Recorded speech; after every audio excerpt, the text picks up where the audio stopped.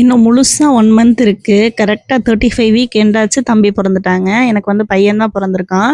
நெறைய பேர் என்ன குழந்தை, என்ன குழந்தைன்னு கேட்டிருந்தீங்க. நான் ஸ்டோரியில போட்டிருந்தேன். போஸ்ட் போடவே இல்ல. அதனால எல்லாரும் கேட்டிருந்தீங்க. பையன் தான் பொறந்திருக்கான்.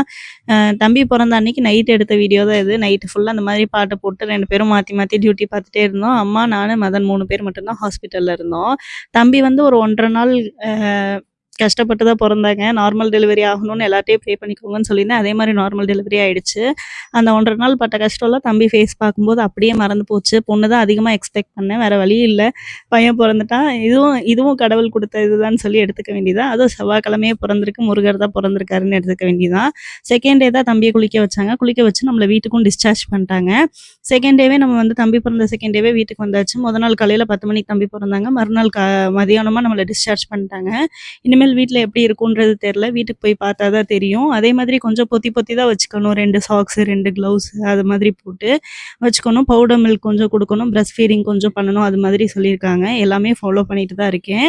தம்பி வெயிட் கெயின் ஆகணும். அவ்வளோதான். 2.5 கேஜி வர வரைக்கும் பவுடர் மில்க் குடுக்க சொல்லியிருக்காங்க. Bye guys. நாளைக்கு இன்னொரு வீடியோல பார்க்கலாம்.